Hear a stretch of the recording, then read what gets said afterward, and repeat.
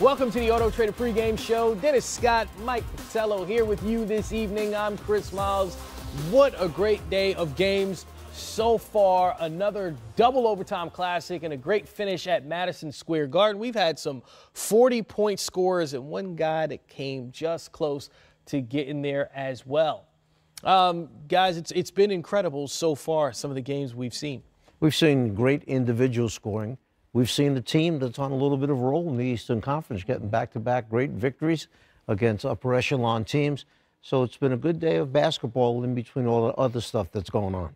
Yeah, we're here to get you ready for the Cavs and the Lakers. That game starts at 9:30. LeBron James out. But, man, look at the Western Conference standings. The Lakers trying to keep pace out there while they wait the return of King James.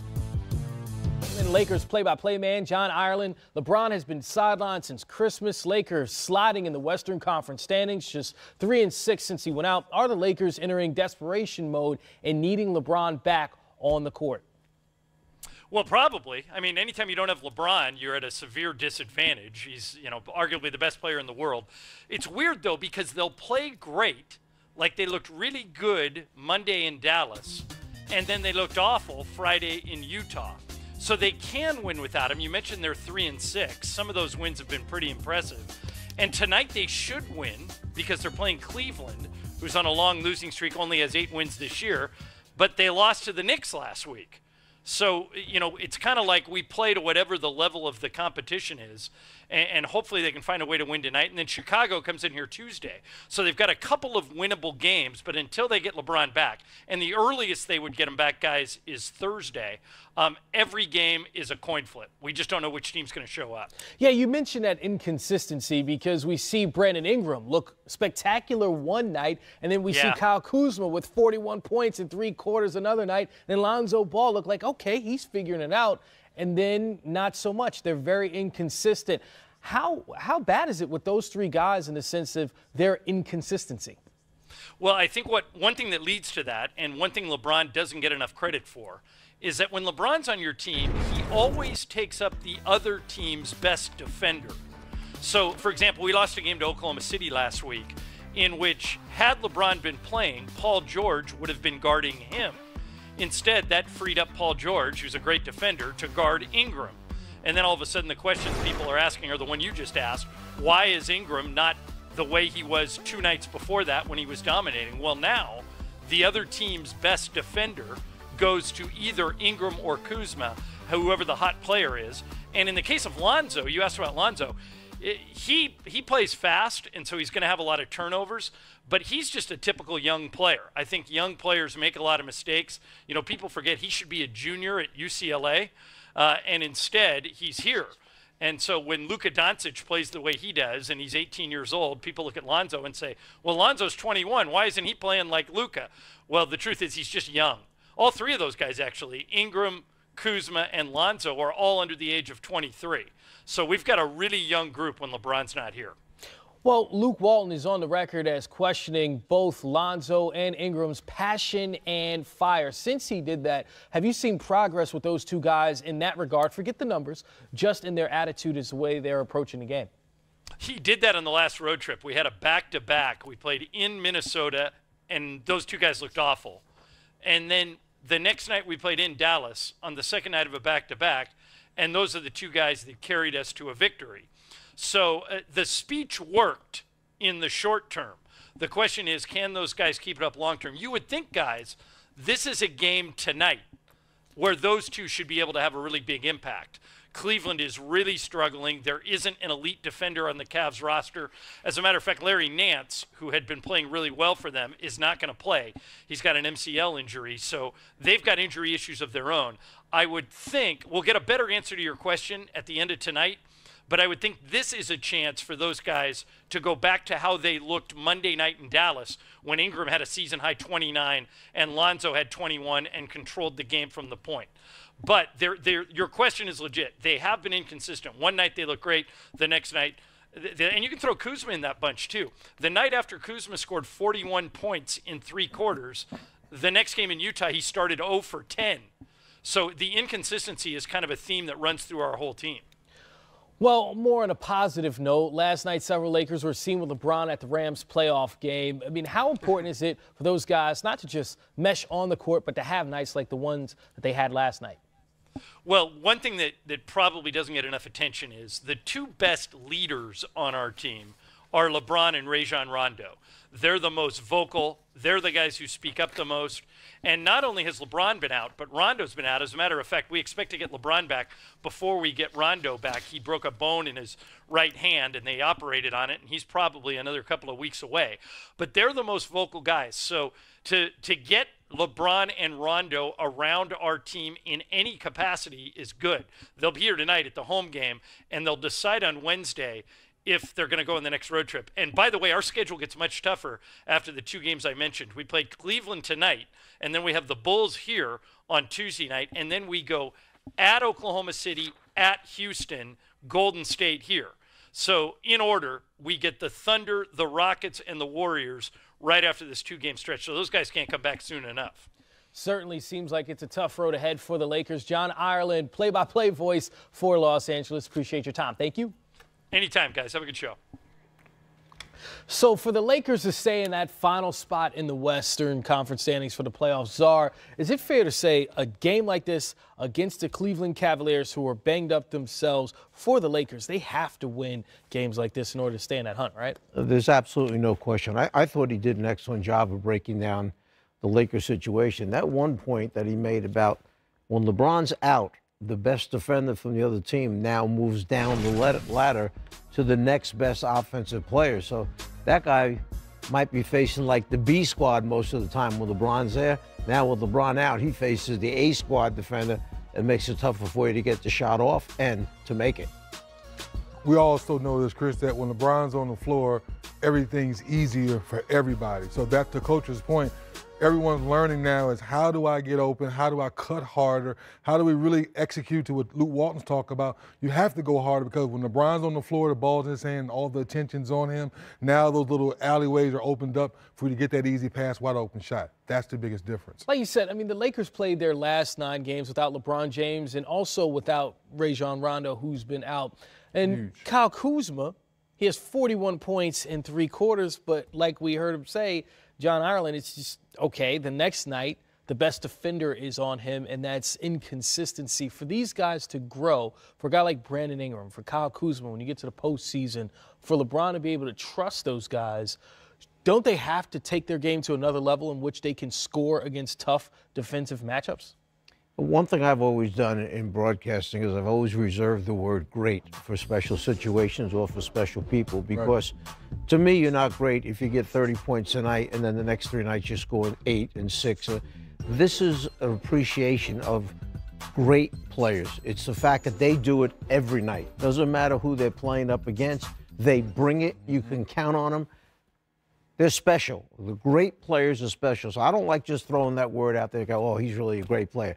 No, he's a good player. You know, certain guys are good players, but only a certain bunch fall into the elite great category, in my opinion. I agree with you, Coach, and I think, Chris, we try to get people to understand that some of these young kids may have great talents, but until you bring those great talents every night and prove that you can go up against, like I say, the A defensive defender every night and you still get your points, then you're a great player. And then secondly, when one great player goes down, we talked about Bradley Beal and John Wall, right? If John Wall is the franchise player, he went down, Bradley Beal's game went up to a whole nother level.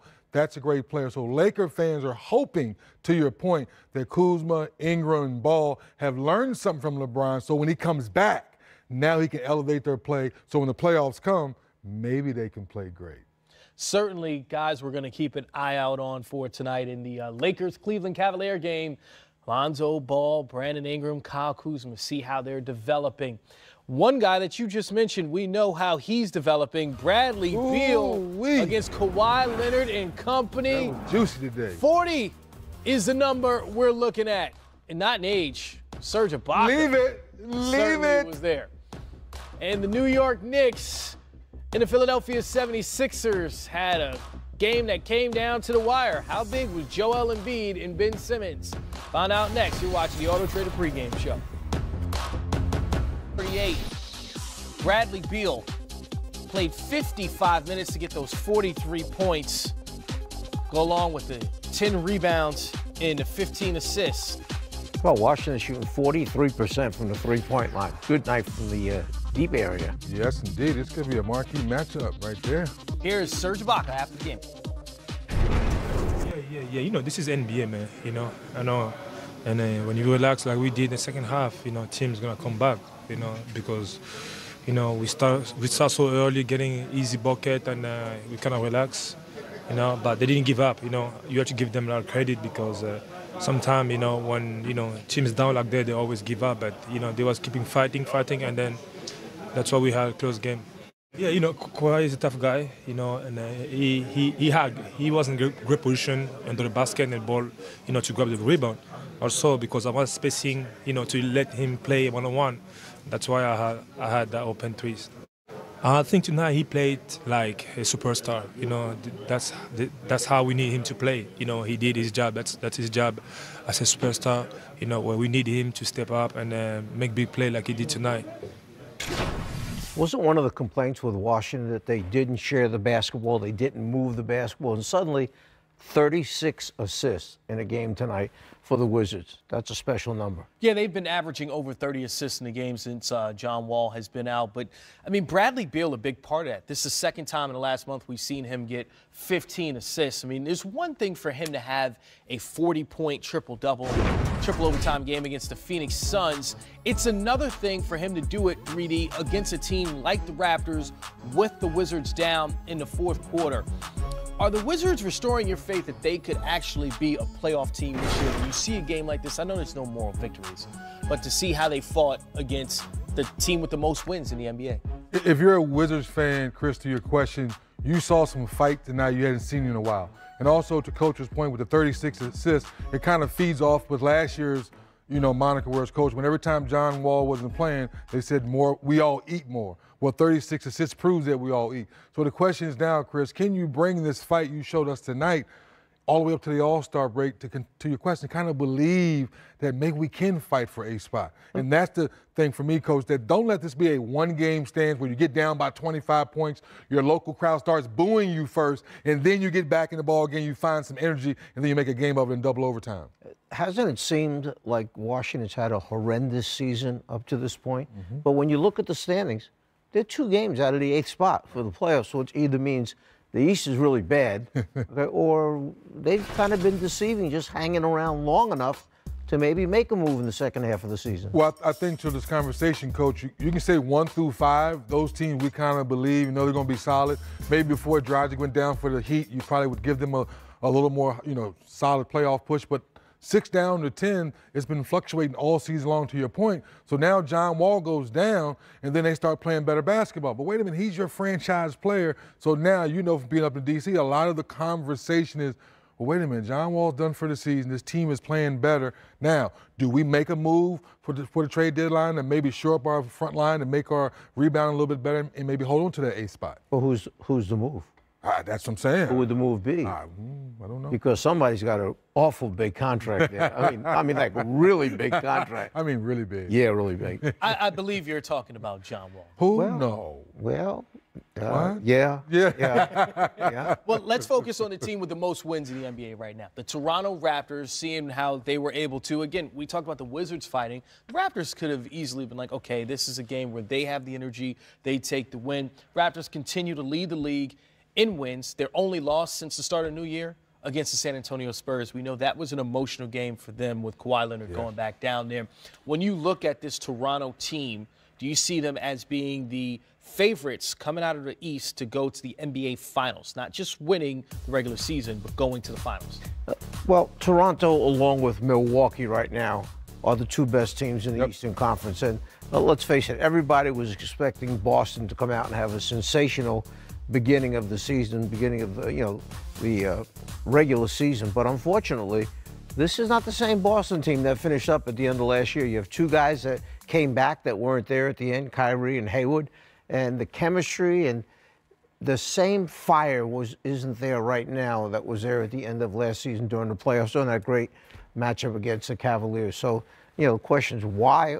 Sometimes chemistry is hard to attain. It takes time for everybody to fit in and want the same thing. And with that being said, that's why I would say, Toronto yesterday because of that chemistry. Because everyone wondered when you bring in Kawhi Leonard, how are we going to keep this young man happy? Not playing back-to-back. So I think Nick Nurse, along with Masai Ujiri, is doing all the right things and pulling all the right buttons to keep this chemistry on the right page.